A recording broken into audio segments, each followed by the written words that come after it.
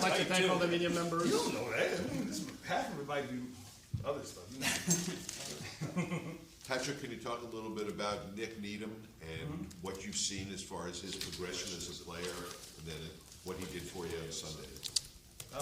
Nick came in, undrafted free agent, and he did the stuff that, we talk about. Like you try to explain to those guys when you're calling them on the phone to come here, you'll have a chance, to work hard, and you'll have your opportunity. And he did that. He came in here, worked hard, got cut.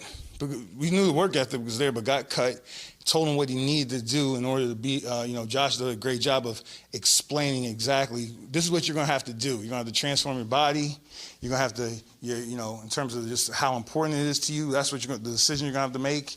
And he did that, and now he's starting to see really the fruits of his labor in terms of the success on the field, and he knows he still has a long way to go. And this week is going to be a huge challenge with the receivers we're going to see here at in Buffalo. When they play down here at Buffalo, from Buffalo. But he's making steps in the right direction. Did you want him to put down, put on weight? How did you want him to transform his body? Just in terms of just being an NFL corner. It's a different job. It's a very different job. The caliber of athlete. You try to cover these guys from Buffalo. These guys are running. This is true speed. I always tell people in college you were probably one of the fastest guys, and you probably faced 2 or 3 fast guys. But these guys get paid to play football. These are the fastest in the. 1 to 32. That's what I talk about with the running back. He's probably 1 of 3 times 32. What's that? 96. My math right? So 1 of 96. In the world these guys are. So you're dealing with true speed right there.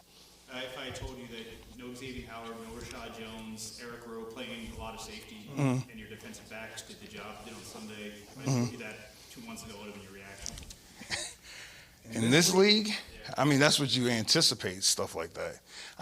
For my career, this is year 11, I believe, you anticipate, that's what if you're not thinking ahead and trying to anticipate those situations, in a physical league like we play in, like the guys playing and I coaching, you're going to be behind because it's going to happen. So, of course, I wish everybody was here and healthy and all that stuff, but we got to prepare whoever's out there on the field to win games, and that's what we're trying to do.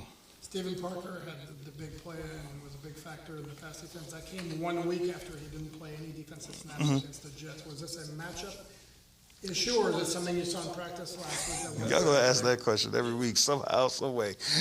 that was a different route right there. We are. I'm going to give you. Sorry, I can see that one. You got to find ways where I don't see it. But here goes my answer. I'm going to push play. All right. So. We are going to do what we think is best for the team and for the matchup to put guys in the best situation for that week. Stop. That's practicing well because he wasn't really involved for the last month. In order for him to get on the field, the amount of time, the snaps he played last week, definitely practicing well. That's how you get rewarded. The play time is from, in terms of what you're doing in the practice field. That's how we look at it. And just like this week, it's a whole new week. We're playing Buffalo.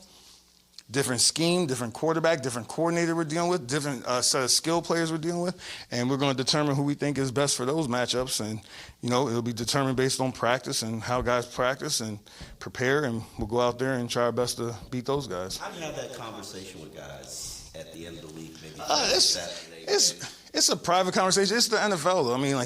Everybody's aware, just in terms of, playtime, that's all private. That's the stuff that we discuss internally. But I don't want to get into the details of that. But guys, we discuss it with them. They understand that what we're trying to do, and it's based on the matchup and what we think is best.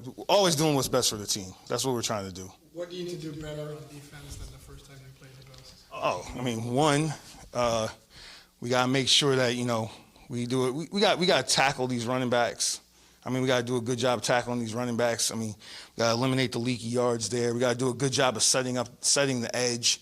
We got to play with some power on inside. And then in the pass game, we got to, just is the normal fundamental stuff that, we have to do better a job of, just in terms of playing our leverage, defend the deep part of the field, and then applying some pressure on the quarterback by, transitioning in the play action pass rush, making sure we're taking advantage of any one-on-one battles we get in the pass rush. But, there's a lot of stuff we could do better, obviously, because we didn't win the game. But, that's stuff that we need to work on for this week, regardless of who the opponent would be. We need to tackle better. We need to defend, set the edge better. I mean, that would be whether it was Buffalo, whoever we were playing. That's how it would be right now. Did you have an idea with T.Y. out that Ebron would be, number one target, going after 12 times? He had a big year last year. He was a big part of their offense.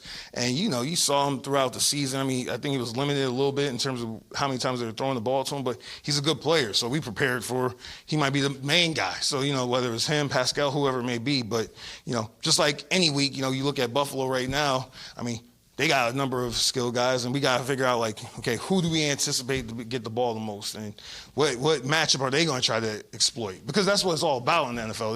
You're trying to go after certain matchups, and you're trying to find the best, put your players in the best position. So you try to anticipate that the best you can, at least. Eric Rowe has spent the last month playing safety majority of the time.